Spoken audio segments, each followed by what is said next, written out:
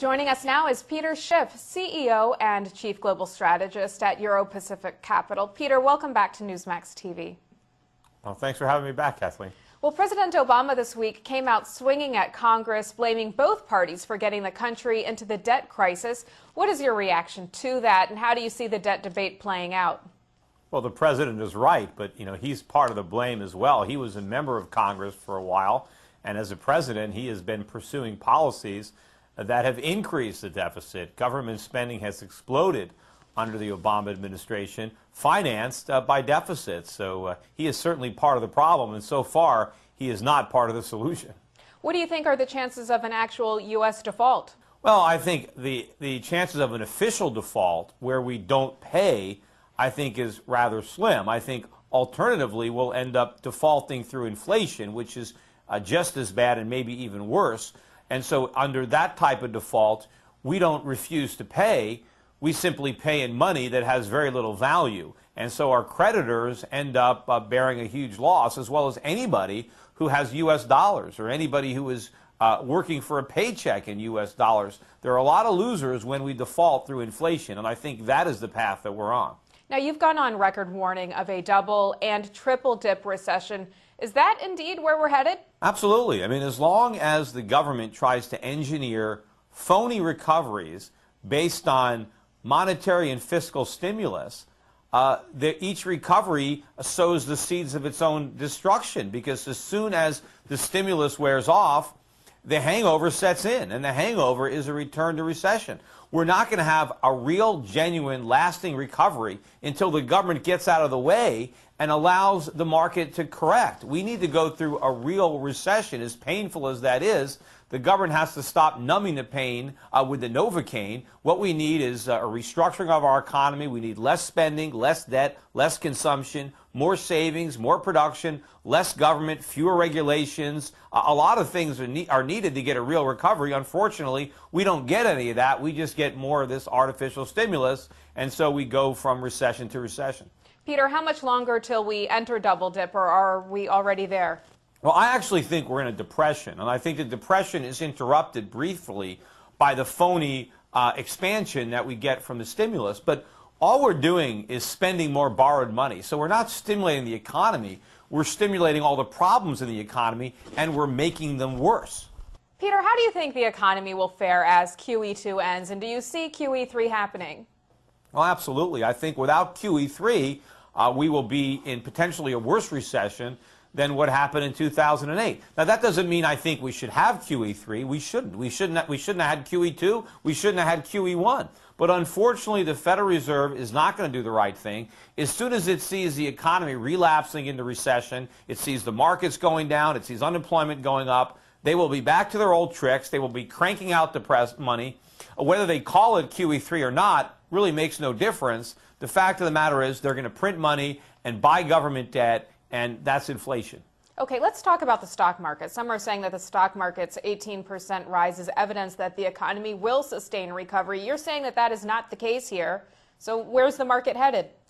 Well, it depends on what the Fed does. I mean, if there is no QE3, which I doubt, but if that happens, the market's going a lot lower. But if the Fed prints more money, then the market's going to go higher, but in nominal terms only. It's not going to go higher priced in gold. It won't go higher even priced in other commodities. So all the Fed is doing is creating inflation. And so it creates the illusion that the stock market is going up, but it's not. Our money is losing value, and we're simply measuring stock prices in cheaper money. And so it looks like stocks are going up, but really it's our money going down. And so people might, on paper, be richer, but in reality, they're going to be poorer, because when they go to spend their money, they're not going to be able to buy as much. How much higher and how much lower on paper could the market go? Well, I mean, there's no way to know. I mean, how low is the dollar going to go? I mean, there's no bottom. I mean, if the dollar were to become worthless, then the value of the stock market would be infinity. So I don't know how low the dollar is going to go. My guess is it could lose at least 50% of its value from here, maybe 60 or 70% or more, which means the stock market is going to have to double or triple just to stay even. And I doubt that's going to happen. But I can certainly see the Dow going up 50% with the dollar losing 70% of its value. So, yes, the stock market will be higher, but that will be of little comfort to people holding stocks. because when they sell them and spend the money, or they try to spend their dividend checks, food is going to be a lot more expensive, energy is going to be a lot more expensive, and so we may feel richer or look richer on paper, but we're going to feel a lot poorer when we go shopping. Peter, how are you positioning your clients for the market today? Well, I've been following pretty much the same investment script for about a decade, which is positioning myself and my clients for the ultimate decline in the dollar. I mean, that is how all of this is going to ultimately work out. We will default, I believe, through inflation. The U.S. government is going to try to inflate away its debts, which means it inflates away everybody's assets if those assets are in dollars. So you need to be invested abroad. You need to be in foreign currency denominated stocks and bonds, particularly stocks. You need to own commodities, particularly precious metals, gold and silver. I think this has been a winning strategy for the past decade, and I think it will continue to be a winning strategy, particularly as long as we have a reckless Congress and an incompetent Fed chairman repeating the mistakes of their predecessors. Okay, George Soros recently said that weak nations will abandon the euro. Do you see that happening? Eventually, I think the euro could end up falling apart, but not in the next several years. I think the currency that is in more danger of imploding right now is the dollar.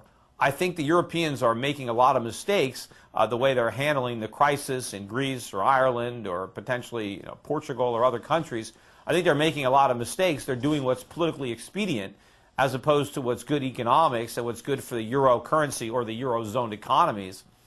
So ultimately, I think there will be problems. But as I said, I think they're going to put a Band-Aid on this situation, and people are going to think they've solved the problems. They haven't. They've postponed them. But in the interim, the spotlight is going to go back away from Europe and be focused right here on the United States, because we have far more pressing problems than Europe does. And I think the dollar is going to have its crisis before the euro.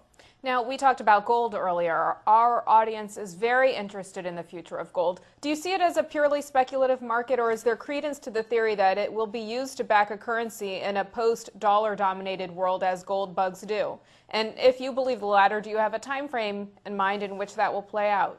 I believe it. I don't necessarily know what the time frame is, but I think if we have a real currency crisis in this country where the dollar is imploding, interest rates and consumer prices are skyrocketing, in the type of environment that will usher in civil unrest, riots, who knows, maybe the politicians will finally do the right thing and go back to a gold standard. I know our creditors, like China, their economy is suffering lots of inflation because they anchored their currency to the dollar. That was a mistake. You can't anchor your currency to something that has no anchor in and of itself. The dollar has no value. The Chinese should be backing their currency with real money, which would be gold, and not fake money or fiat money like the dollar. So I think the world is waking up to the folly of a fiat monetary system. We were on a gold standard in this country legally, constitutionally, up until 1971. The world was on a gold standard until 1971. Even though the dollar was the reserve currency, it was convertible into gold, which gave it real value. That is not the case any longer, and the world can no longer pretend that the dollar has value, because that is the root cause of all the global economic imbalances. It was the cause of the stock market bubble and the housing bubble, and the sooner the world re-embraces gold, the sooner we can have real recoveries around the world. Where is gold headed? Can you give us a number? It's headed a lot higher. I mean, I've said at least 5,000 is where I think gold's going to go at a minimum. Although I can't tell how much higher it might go, because I don't know how much money the Fed and other central banks are going to print before they come to their senses. But I think it's a lot safer for people to store their wealth in gold than the dollar or even other currencies like the euro or the yen. I think there's a lot more safety there. No central bank can print gold. It has rare and specific properties that only gold has. So you have intrinsic value, you have scarce supply. Maybe the supply will grow over time, but only very slowly. So I think that what's really speculative is not gold, but the currencies. Speculation is holding the dollar and betting that politicians in Washington are going to suddenly be fiscally responsible, or betting that central bankers are going to suddenly be responsible. I think that's a big gamble. I think people that are holding U.S. currency, they're the ones that are speculating, and it's a wild riverboat gamble. I would rather play it safe and own gold. Peter, last question real quickly. This week's Case-Shiller home price index was a mixed bag. Do you think that we've hit a bottom in housing prices, or can they go lower? Oh, they can go lower and they will go lower, particularly if there's no QE3. Prices will go a lot lower. But if the Fed blinks and we end up with a QE3, as I think, then that will somewhat diminish the decline in real estate prices. But I still think they're going to go lower even with QE3, just not as low as they'll go without it. But of course, in real terms, adjusted for inflation, prices will drop even further with QE3 than without it. But who knows how much lower? I don't know. But if anybody is looking at housing as an investment, they're mistaken. They should look someplace else. Is it possible that it makes sense to buy a house to live in it, even though you're going to lose money? That depends on your circumstances. I mean, a lot of times renting is a much better alternative, and people need to stop listening to the real estate agents that just tout real estate as if it can only go up, and actually do the numbers and do what makes sense. Because for a lot of people, renting makes a lot more sense, and the money they save by renting and not owning, well, they can invest that money in something that actually might go up. All right, CEO and Chief Global Strategist at Euro Pacific Capital, Peter Schiff, thanks so much for being here. Thanks for having me on.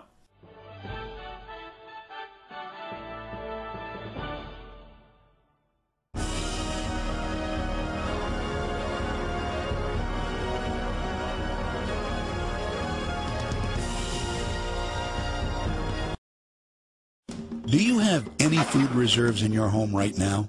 How long could you provide food for your family if the food supply was cut off? A month? A week? 3 days? Wouldn't you feel better if you had the necessary reserves? Have you ever noticed that the more advanced we get, the less prepared we are? Many things that defined life only 100 years ago are so convenient today that we don't really think about what would happen if that convenience were gone. Consider how we get our food. We just go down to the grocery store and grab a few things. But what if something happened that interrupted the food supply to the store? How long would it take for the shelves to be wiped out?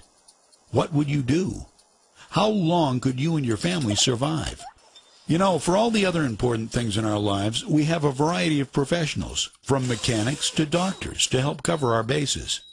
Why don't we also have a food professional? Food is our greatest dependency. Yet most of us find ourselves unprepared for the uncertainties that lie ahead. Why take chances? Why not do something about it? You've already taken the first step. Keep moving forward with this tour, and we can help you put a plan together and even show you how to get your food for free.